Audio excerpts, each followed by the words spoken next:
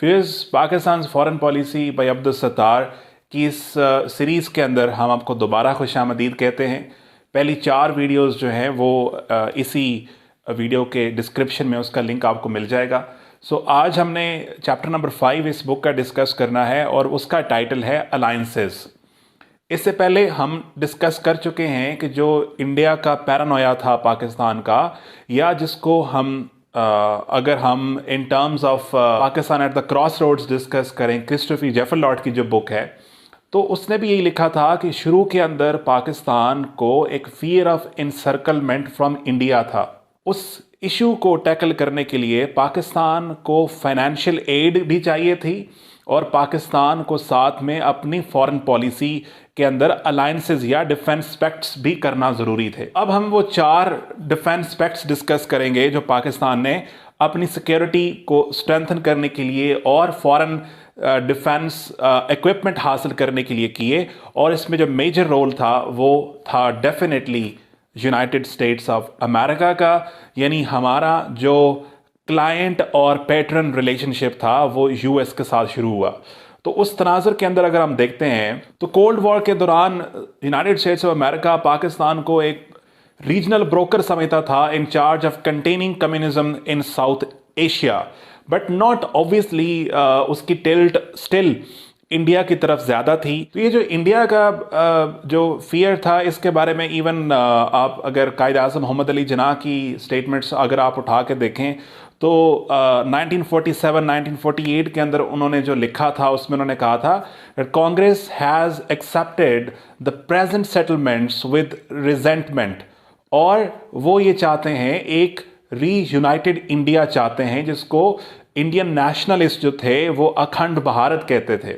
On the other hand अगर आप देखते हैं अयूब खान की वो स्टेटमेंट जब उन्होंने कहा था India was willing to cripple us at birth. On the other hand आपको जो है वो थ्रेट अफगानिस्तान की तरफ से भी था कि उन्होंने भी जो है ड्यूरन लाइन को मानने से इनकार कर दिया था, और जो उनका आइडिया था पश्तूनिस्तान का वो भी वल्नरेबल कर सकता था पाकिस्तान को। और उसके बाद ये वो वाहिद मुल्क था जब पाकिस्तान ने यूनाइटेड नेशन के अंदर एंट्री हासिल करने की कोशिश की, तो ये वाहिद मुल्क था यानी पाकिस्तान के खिलाफ यूएन के अंदर आवाज़ बुलंद की। तो अफगानिस्तान और पाकिस्तान के रिलेशन भी वल्नरेबल थे। फिर खान अब्दुल गफ्फार खान जैसे जो लोग थे जो पश्तून नेशनलिस्ट थे, उनकी टिल्ट इंडिया की तरफ थी।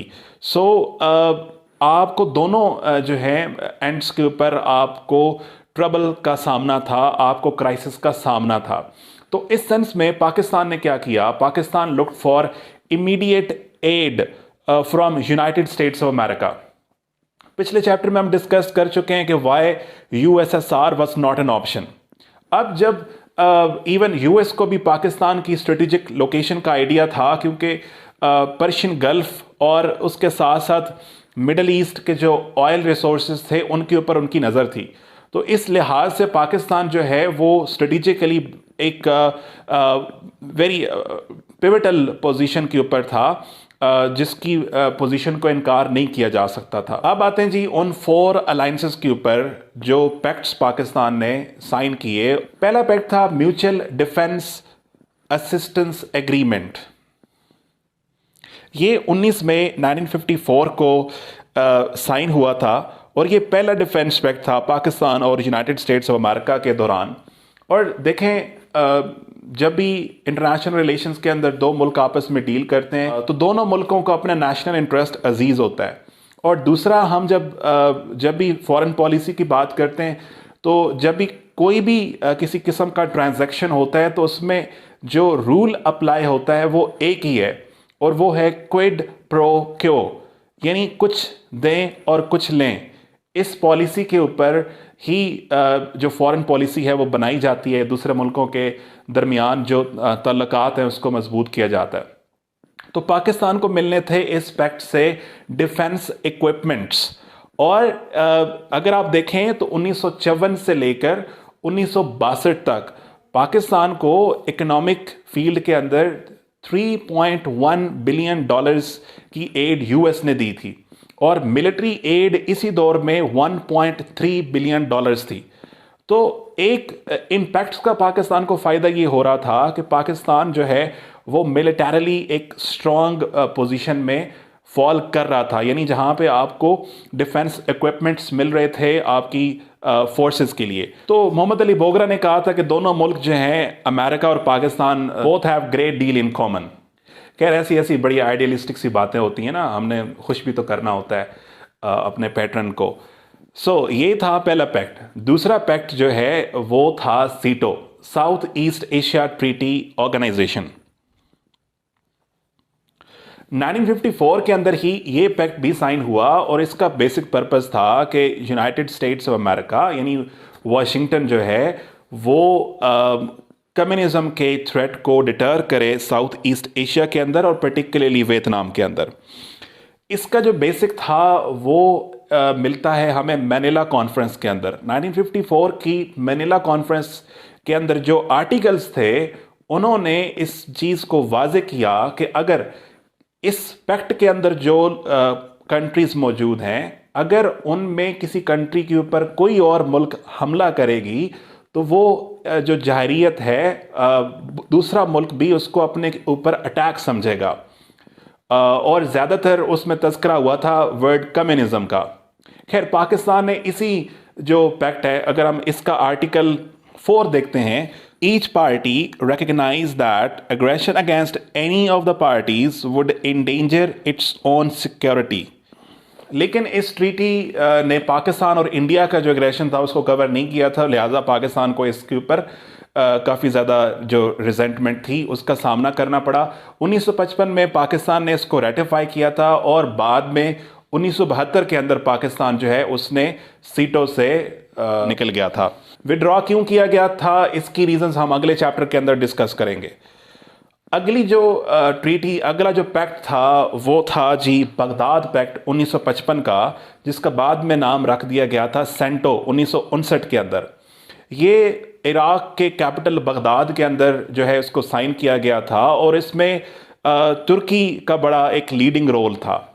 जो बाकी अरब मुल्क थे उन सब को जो है इसके ऊपर सीरियस रिजर्वेशन थे और इजिप्ट ने ये तक कहा था कि जो टर्को पाकिस्तान का ये वाला पैक्ट है वो एक कैटास्ट्रॉफी है और वो पैलेस्टीन कॉज के खिलाफ काम करेगा, क्योंकि वो सारे मुल्क जो थे उस टाइम पे अमेरिका और ग्रेट ब्रिटेन के मुखालिफ थे। चूंकि ग्रेट ब्रिटेन ने बैलफोर डिक्लेरेशन जो 1917 का था उसमें ज्यूस को राइट्स दिए थे कि आप फ़लस्तीन के अंदर जाके आबाद हो जाएं। तो खैर बगदाद पैक्ट की वजह से पाकिस्तान को बहुत ज़्यादा जो है वो सीरियस किस्म का क्रिटिसिज्म अरब मुल्कों से आया। उसके बाद एक इंटरेस्टिंग फैसेट डिस्कस करते हैं जिसमें 1957 के अंदर जब प्राइम मिनिस्टर सोहरवर्दी की आइजनहावर से मुलाकात हुई और उन्होंने मशवरा दिया कि आप कम्युनिज्म की बात करते हैं तो हम आपको एयर बेस देने के लिए तैयार हैं, और वो एयर बेस था पेशावर के साथ जो बादाबर बेस है वो वाला। अयूब खान का फाइनल इसके ऊपर डिसीजन होना था और खैर उन्होंने डिसीजन किया, लेकिन उसके बाद क्या हुआ कि उसको एक कम्युनिकेशन सेंटर के तौर पे रिवील किया गया दुनिया के सामने। और वहाँ क्या होता था कि 1200 के करीब जो अमेरिकन स्ट्रेटजिस्ट थे, जो मिलिट्री पर्सनल थे, टेक्निकल पर्सनल थे, वो वहाँ पे रहे और उन्होंने वो सारी जो इंटेलिजेंस और सर्वेलेंस का काम है वो किया। और उस वक्त किसी पाकिस्तानी को अलाउ नहीं था कि वो उनके उस एरिया के अंदर दाखिल होता। इस बादाबर बेस की इंपॉर्टेंस ये थी कि पाकिस्तान ने 10 साल तक इस वजह से भी इकोनॉमिक और मिलिट्री एड हासिल की।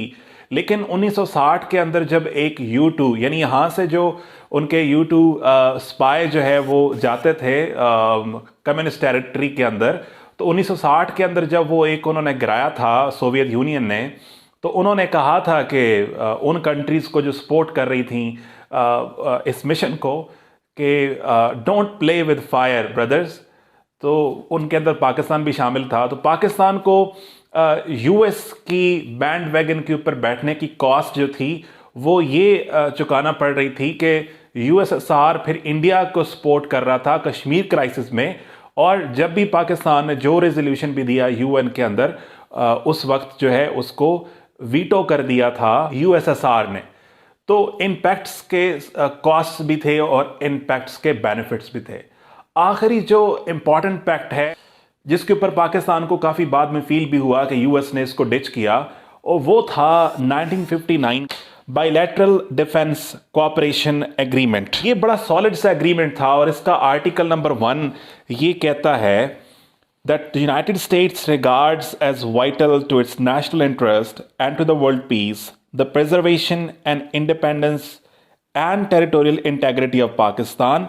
It further stated that in case of aggression against Pakistan, the United States of America will take such appropriate action, including the use of armed forces, as may be mutually agreed upon and as envisaged in joint resolution to promote peace and stability in Middle East in order to assist Pakistan at its request. तो ये article 1 था जिसमें उन्होंने कहा था कि अगर पाकिस्तान के ख़िलाफ़ कोई किसी किस्म का एग्रेशन हुआ तो यूएस आर्म्ड फोर्सेस के साथ भी पाकिस्तान को हेल्प करेगा, लेकिन एक उसके अंदर जो फ्रेज़ था as may be mutually agreed upon, ये पाकिस्तान के लिए हार्मफुल साबित हुआ जब 1965 की वॉर हुई और पाकिस्तान ने इस पैक्ट को इन्वोक किया, इस डिफेंस पैक्ट को, तो अमेरिका ने इनकार कर दिया क्योंकि उन्होंने कहा कि इसमें जो क्लॉज लिखी हुई है may be mutually agreed upon, तो हम इसके ऊपर एग्री नहीं करते, हम इंडिया के ख़िलाफ़ जो है वो इसमें फ्रंट लाइन पे नहीं आएंगे। और इवन आर्टिकल 2 ने भी यही कहा था कि अगर पाकिस्तान की नेशनल सॉवरेंटी और इंटेग्रिटी को ख़तरा हुआ तो अमेरिका विल कम फॉरवर्ड। तो पाकिस्तान जो है उसको 1975 के अंदर भी और उसके बाद 1971 के अंदर भी अजीमत का सामना करना पड़ा, और इम्पैक्ट से जहां मिलिट्री एड और जहां उसको ये बेनिफिट्स थे उसके साथ साथ उसको नुकसान भी थे। तो ये थे जी वो 4 पैक्ट्स जिनको हमने डिस्कस किया अगले चैप्टर के अंदर, और साथ साथ थोड़ी सी हमने कॉस्ट एंड बेनिफिट भी देखे। अगले चैप्टर में हम डिटेल के साथ इसकी कॉस्ट एंड बेनिफिट्स को देखेंगे। वीडियो को देखने का बहुत शुक्रिया।